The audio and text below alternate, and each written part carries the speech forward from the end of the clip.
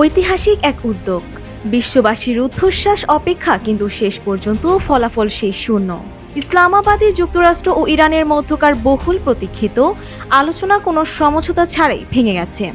এখন প্রশ্ন একটাই, গত বুধবার থেকে কার্যকর হওয়া যুদ্ধবিরতি কি তবে টিকে থাকবে, নাকি মধ্যপ্রাচ্য দেখবে নতুন কোনো ধ্বংসলীলা?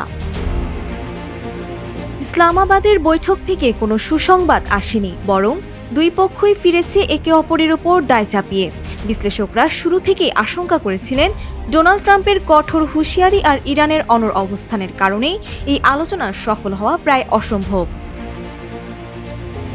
বিবিসির সংবাদদাতা জোইনুর জানিয়েছেন, যদিও নতুন করে যুদ্ধের কোনো আনুষ্ঠানিক ঘোষণা এখনো আসেনি, তবে পারস্য উপসাগরে মার্কিন রণতরীর উপস্থিতি এক ভয়াবহ সংকেত দিচ্ছে। সবচেয়ে উদ্বেগের বিষয় হল বিশ্ব বাণিজ্যের লাইফলাইন হরমুজ প্রণালী। ইরান এই জলপথটি আংশিক বন্ধ করে রাখলেও বর্তমান পরিস্থিতিতে তা পুনরায় চালু করা এখন আর আলোচনার টেবিলে নেই। এর ফলে বিশ্ববাজারে জ্বালানি তেলের সংকটের আশঙ্কা প্রকট হচ্ছে।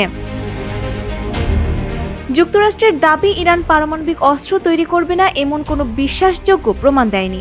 অন্যদিকে তেহরান বলছে তারা কখনোই মারণাস্ত্র চায়নি।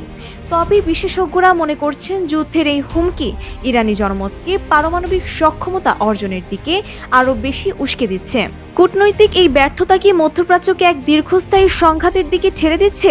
ইসলামাবাদ বৈঠক কি তবে শান্তির শেষ সুযোগ ছিল? উত্তরের অপেক্ষায় এখন পুরো বিশ্ব। Desk report, Bangladesh bulletin.